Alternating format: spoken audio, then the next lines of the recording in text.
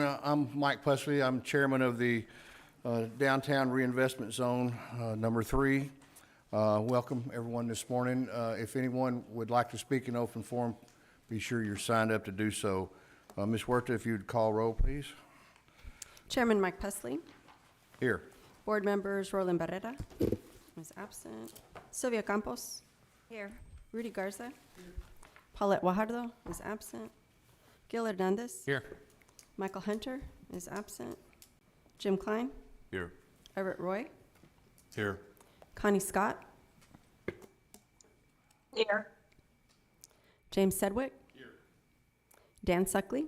Here. Okay, we do have a quorum present to conduct the meeting. Okay, great. Ms. Huerta, has anybody signed up to speak this morning? No, sir. Would but- anybody like to speak in public open forum this morning? Do we have any written comments, Ms. Huerta? Nothing? We do not. Okay, we'll move on for rest of the agenda. I'm looking for a motion for approval of the minutes of our last meeting of January 24th. So move. Second. Have a motion and a second. All those in favor of the motion signify by saying aye. Aye. Aye. Opposed, same sign. Aye. Okay, financial report. Morning, Heather. Good morning, Board Chairman Heather Hurlburt, Director of Finance. So this morning we'll be reviewing the financial statements for the 4 months ending January 31st, 2023. We began the fiscal year with a fund balance of $6.2 million. That is an unaudited fund balance, but we did not expect any type of significant adjustments to that. We will be wrapping up and finalizing our numbers within the next week. Our revenues year-to-date collected within the TIRZ are $1.7 million. Our expenditures year-to-date are $346,000, leaving an ending fund balance as of January 31st of $7.6 million. Current commitments remaining to be paid is approximately $5 million, leaving a balance available for commitments of $2.6 million. So then looking at our basically our cash flow, we estimate conservatively, and so we have our revenue as the same across the next few years, looking at what the incentives are being scheduled to be paid out, what our known admin and other expenses are, and that far right column gives you an estimate of the available fund balance available for commitments each year. Then looking at our different programs and awards, I'm not going to go through each and every one of these, but these are our project-specific development.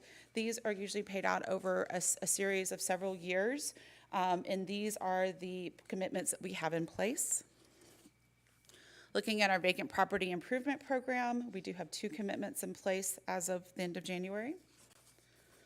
Our downtown living initiative, again, this is one that is paid out over a period of time. We have 3 current commitments against this program. Our commercial tenant finish out, a few of these have been paid out because these are for January. We have paid a couple of these out in February, and that includes the Executive Surf Club, and I believe we've already paid the Central Kitchen Cafe and Bakery incentive out. And then looking at our street, state, and safety improvement program, again, there's been several of these that have been paid out. The Yucatan Margarita Factory has been paid out at this point, the Central Kitchen, and I believe the 535 South Caranca one has also been paid out. So that does conclude my presentation, and I'm available for any questions.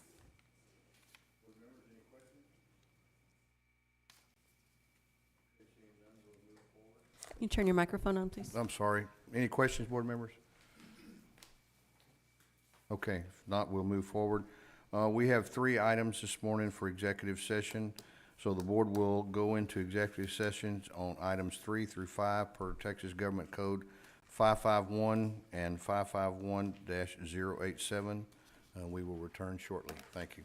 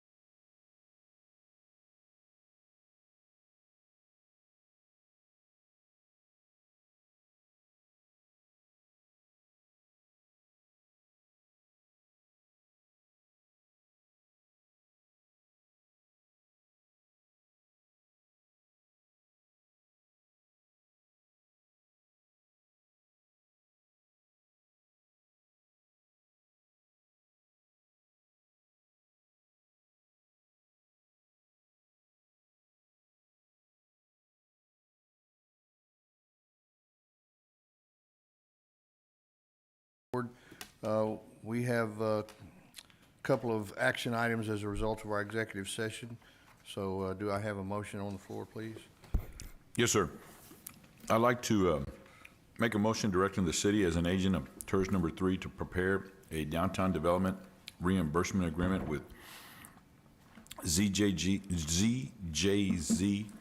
Hospitality Incorporated for improvements to the property located at approximately 301 North Chaparral in an amount not to exceed $1,550,000 under the project-specific development agreement grant program. The incentive being contingent of the subsequent execution of an agreement and approval of the agreement by the board. Okay, we have a motion. Do we have a second? Have a second. Any questions, board? Okay, all those in favor signify by saying aye. Aye. All those opposed, same sign. Motion passes.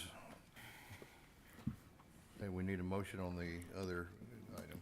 Yes, sir. I would move to make a motion directing the city as an agent of TIRZ number 3 to prepare a downtown development reimbursement agreement with 611 Commerce Venue Hall Limited Liability Company for improvements to the property located at 605 Mesquite Street in an amount not to exceed $531,695 under the Targeted Vacant Building Grant Program.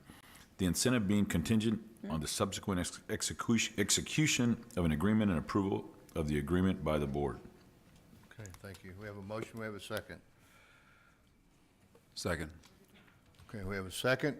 Any questions, board? All those in favor signify by saying aye. Aye. All those opposed, same sign.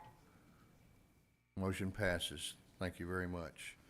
I think that's all of the action items we have. We'll move to agenda item number 6. Alyssa? Can you hear me? Yeah, okay.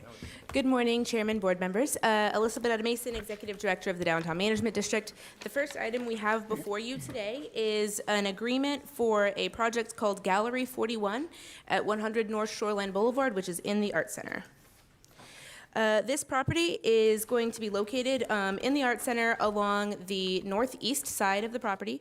The owners of this project are going to be TIRZ Enterprises. They're here with us in the audience, and they've brought you such facilities you know and love, like Brewster Street, Rockets, and Diamond Point Catering. So this is going to be their first kind of full restaurant experience, and it is going to be right on that waterfront. We're really very excited about this. The total project cost is about $340,000, and we'll be recommending $55,000 from commercial tenant finish out, our commercial tenant program, and $48,000 from the streetscape and safety program. The project will be completed by next summer. Here are some of the current condition photos of the exterior of the Arts Center. Here are some photos of the interior. There had been a restaurant operating out of there for a number of years that has since relocated to 500 Water Street. And so this space has been available for lease, and Diana Blunzer, who's also here with us from the Art Center, was really looking for the right tenant that shared her vision for the future of this property. So we're very excited about these operators and the stakeholder and what this is going to bring to our waterfront. Here are some of the aesthetic elements related to the project concept. You can see some of the branding influence. Here are renderings of the exterior. So one key element of this project is that it is going to include an exterior patio that is going to stretch the length of the interior space as well. So the exterior patio is going to be a large part of this business and the way this space is beautified. Here are some renderings of their interior finish out. This is the site plan, so this is the space that they're going to be utilizing. Here are the project costs, so you can see we have the commercial finish out costs and the streetscape and safety costs both identified. And again, we're recommending $55,850 from the commercial finish out program and $48,735 from the safety and streetscape improvement program. Happy to answer any questions. Okay, thank you, Alyssa. Board members, questions? I move for approval. Second. Okay, we have a motion to approve a commercial finish out and streetscape and safety improvement reimbursement agreement for CC Turnkey Enterprises LLC located at 100 Shoreline Boulevard. All those in favor of the motion, please signify by saying aye. Aye. Opposed, same sign. Aye. Okay, motion approved. Alyssa, we'll move to number 7. If we can have the presentation for item number 7.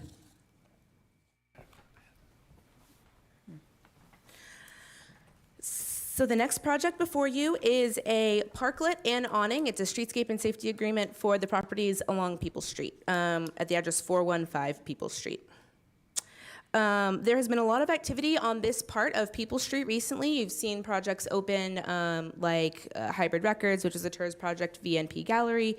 Additionally, Dusty Olivedia has his recording studio here, and he's helping really cultivate and support a large portion of creatives, and kind of making this a space that they can feel welcome and they can kind of express themselves, and it moves forward the culture and identity of our entire city. So they have a really strong following, and they're wanting to extend the awning and add a parklet. This is the current condition of the exterior. Here is an image of the parklet. This is something that we worked with the city on, amending the ordinance last year in order to facilitate the creation of parklets. So this will be serving a new bar called OK Hi-Fi that they are also in the process of developing. And then the awning will extend. There currently is an awning over 3 of these businesses, and the new awning will extend over the additional 3 parcels that this property owner is in control of. So it'll extend that streetscape experience.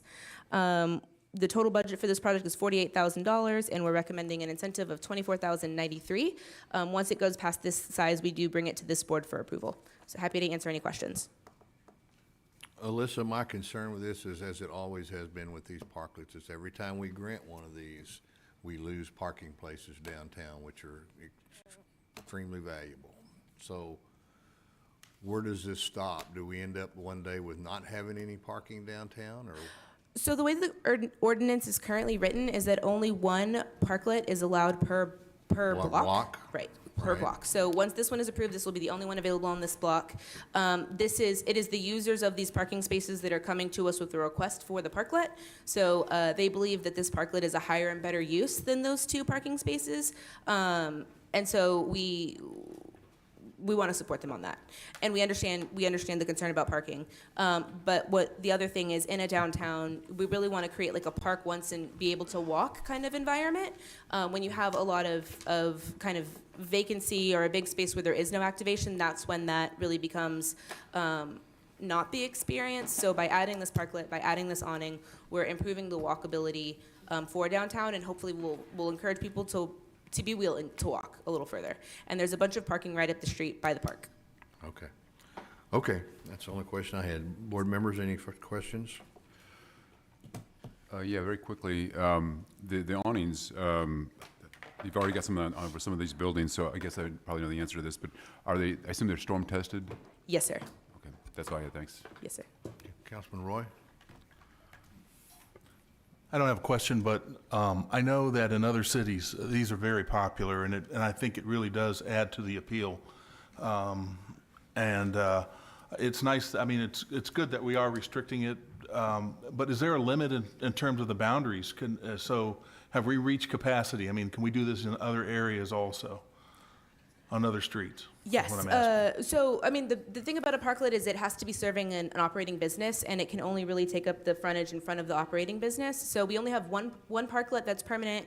We have a semi-permanent parklet that we're working to make a permanent parklet on Lomax Street, and then this would be the 3rd parklet that Okay. we have. So I think we have about 40 blocks in the downtown Marina Arts District. So I think we would have capacity. A lot of our businesses come with patios. So really, whenever you're seeing this being used, it's because they don't have the on-site space to create a patio. But like the Goldfish, they won't ask for a parklet because they Right. have a giant patio. Right. Bus, they wouldn't ask for it. So it really is when it's necessary to kind of create that outdoor space, Okay. if that makes sense. I mean, Okay, if there's no other questions, I'd like to make a motion. okay.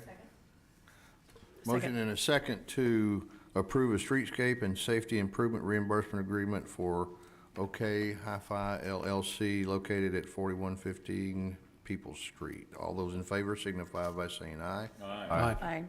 All those opposed, same sign. Okay, motion passes. We're running really tight on time here, guys. Yes, sir. Alyssa, so I'll go real unless we quick. think we need to have a presentation on the rest of these, maybe we can just go through unless Yeah. we have specific questions. Okay.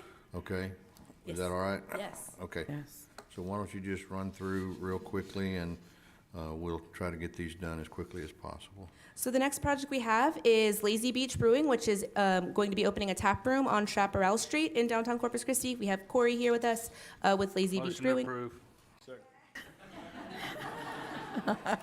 We have a motion to approve a commercial finish out and streetscape and safety improvement reimbursement agreement for Lazy Beach Downtown LLC for the property located at 312 North Chaparral Street. And we had all this information in our packets, guys, so it's not like we haven't seen it. So, do I have a second? Second. All those in favor signify by saying aye. Aye. Motion approved. Let's move. Number 9. Project cost on the next one. On the next one, go back.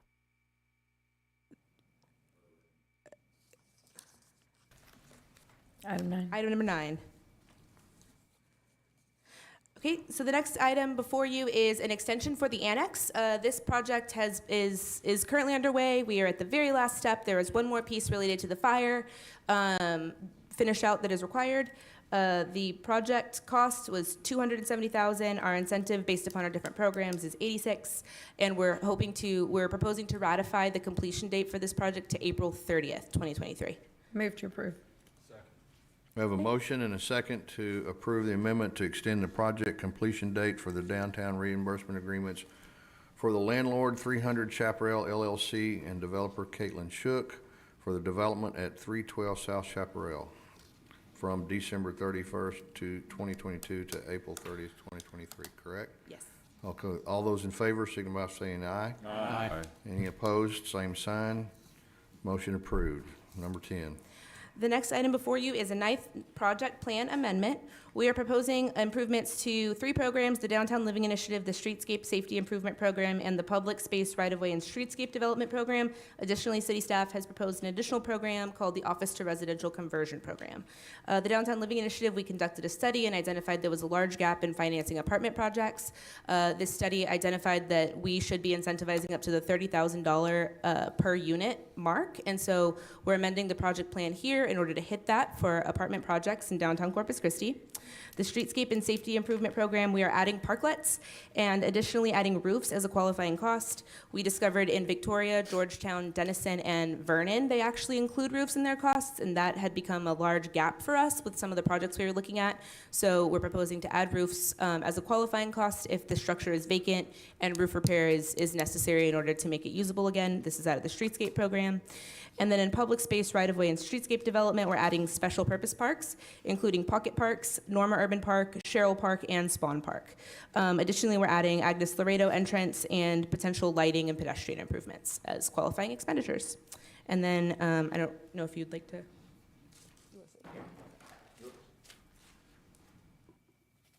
I'm Heather Hilbert, Director of Finance. So the targeted Office to Residential Conversion Program, this is a targeted program to incentivize catalytic projects for conversion from office to residential. What this is that it would require a minimum, it would be any of the properties on the property list, maybe a minimum investment of $5 million with a minimum units of 25. The total reimbursement expenses would not to exceed 30% of the conversion cost. And this program may be layered with the Downtown Living Initiative along with the streetscape programs only. It wouldn't be eligible for any of the targeted vacant buildings or anything else because this would take the place of that.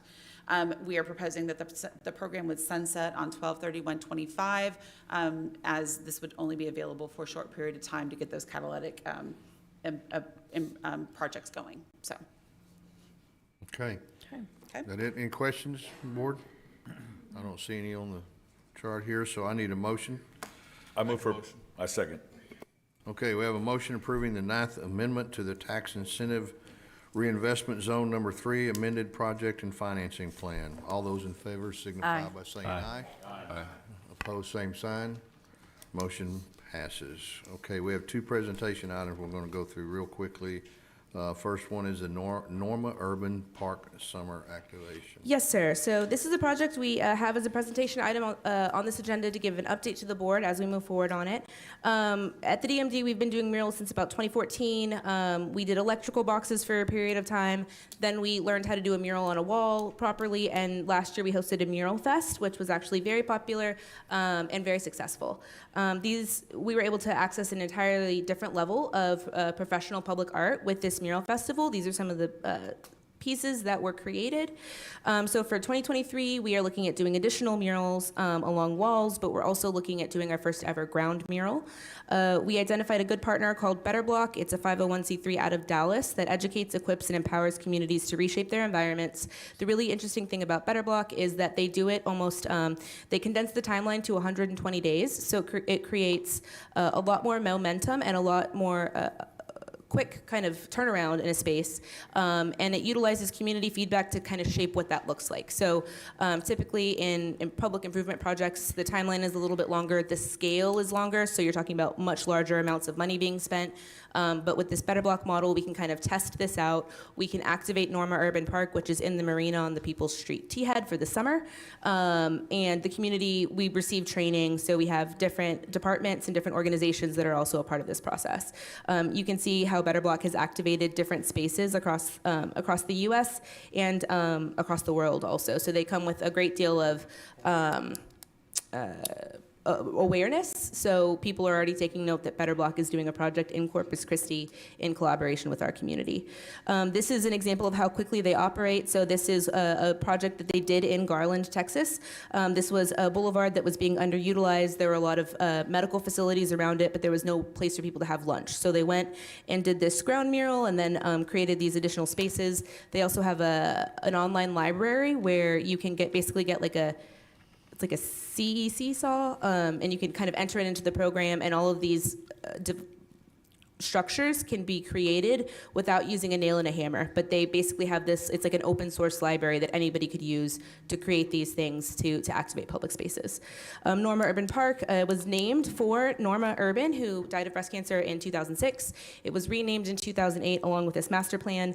This is significant to us at the Downtown Management District because Norma Urban was the director of the Downtown Management District. So after she passed, this was renamed in her honor, and we feel like this is a really great space to beautify, to bring attention to, and to create an unparalleled experience during this upcoming summer season. So next steps, we've conducted requests for approval. Our board approved funding with partner support. Visit Corpus Christi is on board. We would like to utilize TIRZ funding through the city's right-of-way bucket for concrete, crack repair, and ground mural implementation. And then again, this is the very aggressive timeline. We're already in the process of doing the design. But again, we didn't want to go too far without bringing it to this body. So just a briefing. Okay. Happy to answer any questions. All right, Councilman Hernandez has a question. A real quick question, in terms of the artwork that would be on public property, who would approve that artwork? So we pioneered many years ago a public art donation agreement with the city. So we would be working, once we have the rendering finalized, we submit it through, I believe, is it Parks and Recreation now? Well, I want to make sure we avoid political statements. Correct, yes, sir. Those kind of things. So if there's an approval process, because inevitably we'll get complaints. So I want to make sure that there's very stringent requirements that we don't have political statements on public property. Yes, sir. Okay, thank you. We will not make it a political statement. Yeah, and I agree with that. We need to make sure this is colorful, not, controversial. So, Sure. Okay, do we need a motion on this? No, Okay, all right, let's go to number 12. unless somebody wants us to not Unless we do have it, any that other would be- questions. Board, anybody else? I don't see anything. Okay, go ahead, Delissa. Okay, and so this last item is a police department headquarter lighting. We found a lot of success in Illuminando. We wrapped all those trees with lights, and it's really created the ambiance on Chaparral Street that's very positive. To the south, there are no more trees, and so we are pioneering kind of a pilot project to figure out how to light up these buildings in a unique way. And PD headquarters seemed like a really good candidate because it is especially dark, and it is a city-owned building, right? So we want to make sure that we're providing that good example and being kind of the first ones setting up in that direction. We have been working with facilities and finance and city staff, and we have the scope for $36,000 for the design.